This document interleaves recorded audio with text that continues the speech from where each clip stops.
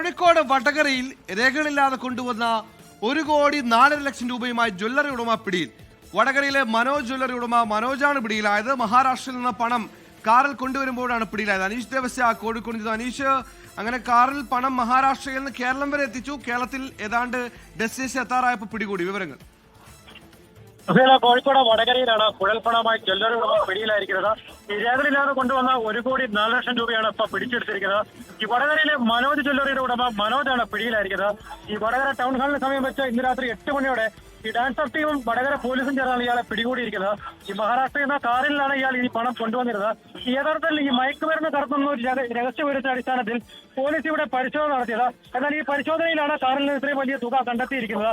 നിലവിൽ ഈ പ്രതി ഈ പണവും അതുപോലെ ഈ വാഹനം ഇപ്പോൾ പോലീസ് കസ്റ്റഡിയിൽ എടുത്തിട്ടുണ്ട്. സുഹൈൽ. അനീഷ് ദേവസ്യാണ് വിവരങ്ങൾ നൽകിയത്. മഹാരാഷ്ട്രയിൽ നിന്ന് സംസ്ഥാനങ്ങൾ ഒരുപാട് കടന്നൊടുക്കം കേരളത്തിലെത്തി വീടെത്താറായപ്പോഴേക്കും ആളെ പിടികൂടി.